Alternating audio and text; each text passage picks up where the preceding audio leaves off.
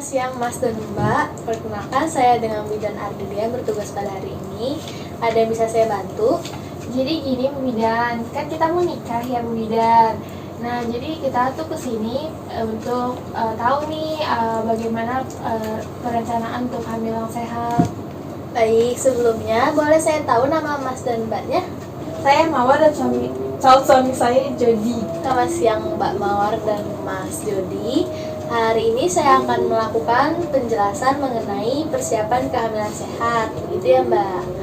Oke, sebelumnya saya izin tutup tirai terlebih dahulu agar privasi Mbak dan Mas itu tetap terjaga. Baik Bu Bidan. Mbak dan Mas, saya akan memulai konselingnya ya. Untuk Mbaknya, saat masuk ke ruangan apakah sudah menimbang? Sudah Bu Bidan, Boleh saya tahu beratnya berapa? 56 kilo, Baik, tinggi Mbak? 155 cm. Oke Mbak, sebelumnya di sini saya akan menjelaskan bagaimana sih menghitung IMT. Apakah Mbak dan Mas tahu? IMT, saya baru dengar dari Bu Bidan. IMT ini merupakan indeks massa tubuh. Di sini saya ada contohnya nih Mbak Mas. Nih, ini indeks massa tubuh untuk mengetahui Mbak ini tergolong obesitas, normal, atau terlalu kurus. Karena dengan menghitung ini kita dapat mengetahui status kesehatan Mbak. Jadi di sini ada rumusnya nih, cara menghitung IMT, yaitu berat badan Mbak tadi 56 dibagi tinggi badan Mbak, tapi dalam satuan meter. Kita hitung ya.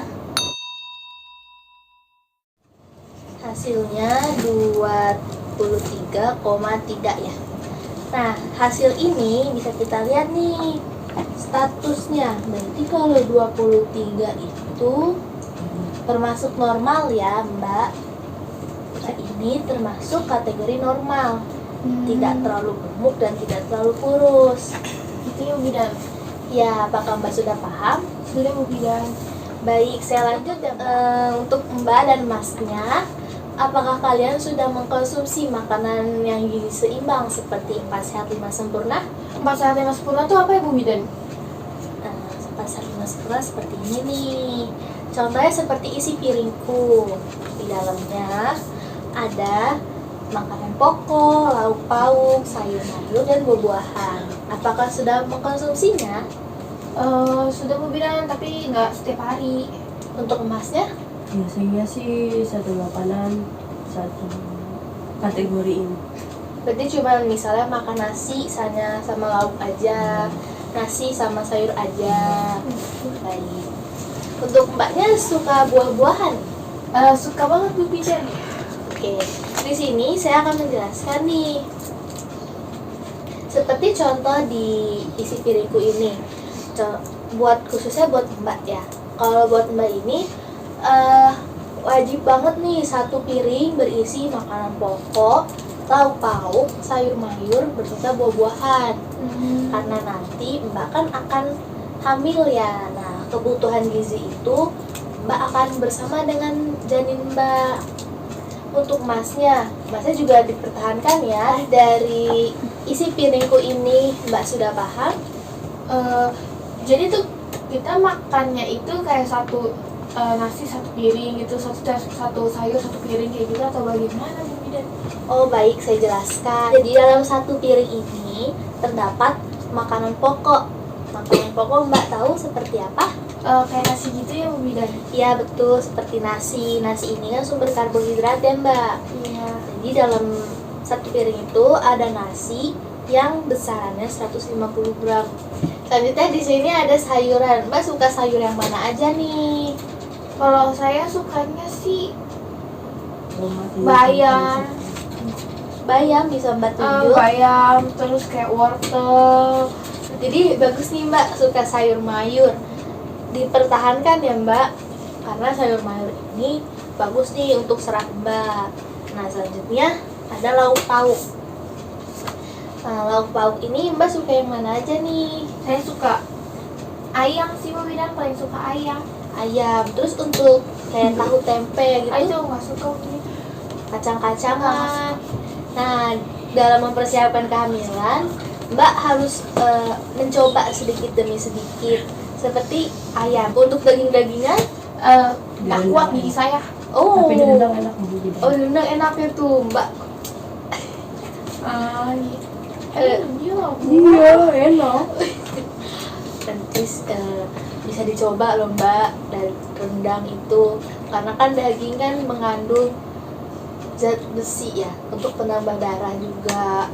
Terus tahu tempe apa Mbak nggak suka? Kalau tahu saya sukanya tahu gejrot.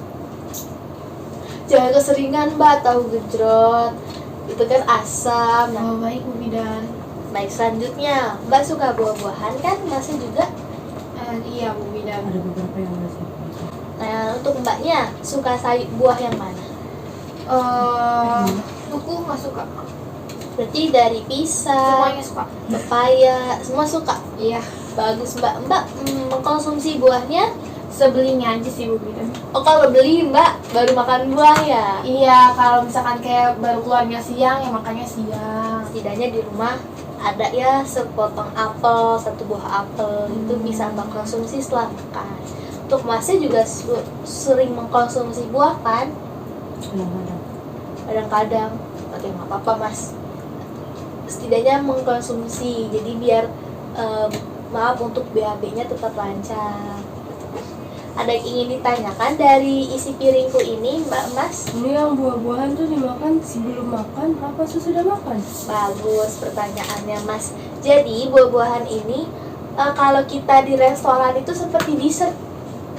Nah, jadi kita makan nih, kita bisa makan nasi. Tadi isinya ada nasi, sayur, terus daging, tempe. Nah, setelah itu berselang 5 menit kita boleh nih mengkonsumsi ini. Jadi kadar air, kadar seratnya seimbang di dalam tubuh gitu. Oh gitu ya Bu Bidan. Jadi di sini ada contoh dari isi piringku. Ada yang ingin ditanyakan lagi Mbak Mas? Tidak ada Bu Bidan. Oh iya, jangan lupa ya, dalam makan makanan ini tidak lupa untuk mengkonsumsi air putih. Untuk sehari minum berapa gelas? Oh, kalau saya sih seausnya aja Bu Bidan. Seharusnya. Kalau Masnya Biasanya 1 botol Tupperware versi 1 liter berarti. nggak nyampe. Oh, yang botol kecil ya. Hmm. Oke, jadi di sini saya menyarankan nih untuk meminum air putih 8 gelas sehari. Nah, di sini nih ada manfaatnya nih, manfaat meminum air 8 gelas sehari. Untuk Mbaknya jangan hanya meminum kalau haus aja. Nanti kasihan ginjalnya. Oh gitu Bu Bidan. Iya. Terus Masnya juga nih, kan Masnya bekerja ya. Nanti takutnya dehidrasi karena manfaat meminum air 8 gelas sehari ini dapat menghindari dehidrasi, mengurangi resiko kanker pada kandung kemih karena kan tidak terisi ya. Terus kalaupun terisi, Mbak dan Masnya menahan pipis seperti itu. Ada yang ingin ditanyakan kembali? Itu untuk gelasnya 8 gelas itu maksudnya ukurannya segimana begitu? Iya, berapa mili Bu Bidan? Baik, ini di belakang ada penjelasannya nih Pak. Berapa takaran normal agar tidak kekurangan cairan? Nah, 8 gelas ini berukuran 230 mili atau setara dengan 2 liter air putih. Ya, apakah sudah paham? Iya, paham. Paham Bu Bidan. Baik, saya lanjut ya. Untuk Mbaknya, saya menanya ke Mbaknya dulu ya Mas. Apakah suka mengkonsumsi tablet tambah darah? Kayak gimana ya bentukannya? Baik, ini nih Mbak, contoh tablet tambah darahnya. Oh, kayaknya nggak pernah ada Bu Bidan. Mbak menstruasinya lancar kan? Lancar. Baik, wanita itu kan mengeluarkan darah ya Mbak. Iya. Jadi harus diimbangi dengan tablet tambah darah. Oh. Terutama Mbak ini kan akan mempersiapkan kehamilan. Tablet tambah darah ini berguna nanti saat Mbak melahirkan tidak terjadinya pendarahan atau kekurangan darah. Oh, ngaruh ya Bu Bidan. Iya, ngaruh nih Mbak. Jadi tablet tambah darah ini untuk meningkatkan sel darah merah dalam tubuh yang mengangkut oksigen makanan ke seluruh tubuh ibu. Oh, gitu Bu Bidan. Ya, terus di sini ada asam folat. Ada asam folat. Asam folat ini berguna untuk menjaga janin Mbak agar tidak cacat saat lahir. Ini sangat Oh. penting sekali nih 2 tablet ini dalam persiapan kehamilan. Oh gitu Bu Bidan. Ada yang ingin ditanyakan? Sampingnya nggak tuh Bu? Oh ya, ada efek sampingnya. Kalau untuk tablet tambah darah sendiri, efek sampingnya sih mual muntah, susah BAB.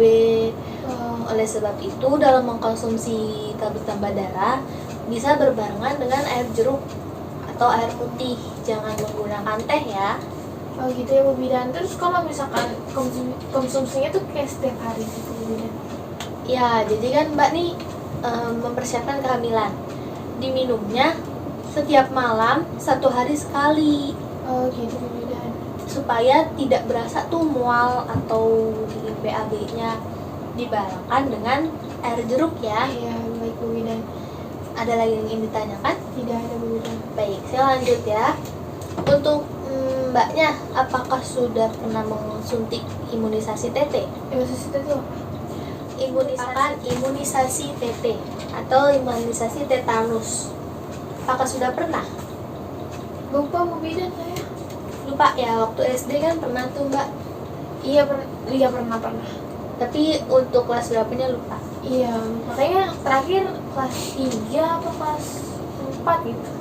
Baik, jadi karena Mbak lupa, nanti akan kita ulang ya penyuntikan imunisasi TT-nya. Apakah Mbak tahu imunisasi TT ini untuk apa? Oh, kurang tahu Bu Bidan.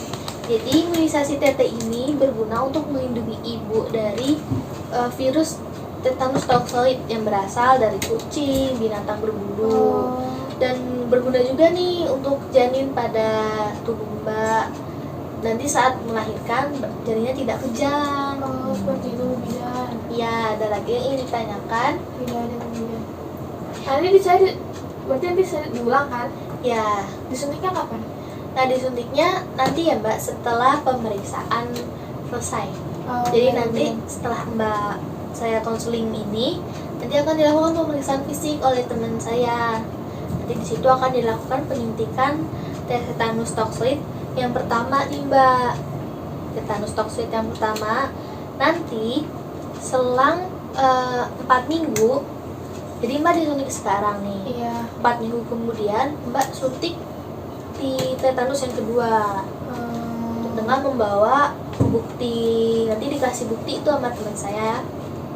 Seperti itu. Apakah ada yang ingin ditanyakan kembali? Oh, tidak ada Bu Bidan. Baik, saya lanjut ya. Apakah Mbaknya mengetahui apa itu anemia? Anemia saya tahu kayak kurang darah gitu guys. Iya, betul Mbak. Saya perjelas lagi ya. Jadi anemia ini seperti yang dirasakan, suka pusing. Mbak pernah? Pernah. Nah, oleh sebab itu saya tadi menyarankan untuk mengkonsumsi tablet tambah darah agar terhindar dari anemia. Nah, nanti saat persalinan tidak terjadi pendarahan. Ada yang ingin ditanyakan lagi? Nggak ada Bu Bidan, sudah cukup jelas. Baik. Selanjutnya mengenai kekurangan gizi. Tadi kan sudah saya jelaskan nih mengenai IMT. Iya. IMT Mbak kan normal, dipertahankan ya Mbak. Selanjutnya apa? Dari keturunan atau keluarga ada yang menderita hepatitis B, terus penyakit TORCH, terus thalassemia. Itu penyakit apa Bu Bidan? Hepatitis B ini disebabkan oleh virus yang menyerang hati. Nah, tanda-tandanya ini seperti demam, mual, urinnya seperti air teh. Seperti itu, Mbak. Nah, terus cara mengetahui kita terdeteksi hepatitis atau tidak, nanti akan di-screening di laboratorium. Apakah Mbak sudah pernah? Belum pernah Bu Bidan. Masnya sudah pernah? Baik, nanti akan dicek di laboratorium ya. Terus selanjutnya untuk penyakit diabetes ini biasanya keturunan Mbak, dari misalkan dari keluarga Mbak ada yang menderita diabetes, kemungkinan Mbak mengalami diabetes. Dari keluarga ada? Nggak ada kayaknya Bu Bidan. Untuk Masnya tidak ada. Jadi kalau menderita diabetes nanti seperti hepatitis diabetes dan yang akan saya jelaskan nanti itu diperiksa melalui laboratorium. Gitu Bu Bidan. Iya, nah diabetes ini mempengaruhi kehamilan Mbak. Bila Mbak menderita diabetes, nanti bayi Mbak bisa besar. Bagus, besar. Terlalu besar tidak baik, Mas. Terlalu kecil juga tidak baik. Ada yang ingin ditanyakan kembali? Tidak ada Bu Bidan. Baik, saya lanjut ya. Selanjutnya di sini ada penyakit malaria dan torch. Mbak tahu? Bisa Saya tahu. tahunya DBD Bu Bidan. DBD ya. Nah, DBD ini hampir sama. Kebanyakan orang memang tahunya DBD itu malaria hampir sama ya. Cuman untuk malaria sendiri menyebabkan keguguran pada janin. Oh bisa Bu Bidan. Bisa. Makanya kita dilakukannya screening kesehatan itu. Seperti darah nanti dicek. Tuh. Terus untuk TORCH sendiri, Mbak tahu TORCH itu apa? Oh, tidak tahu Bu Bidan. Ini merupakan toxoplasma, rubella, cytomegalovirus, dan herpes yang dapat menyebabkan kecacatan pada janin Mbak.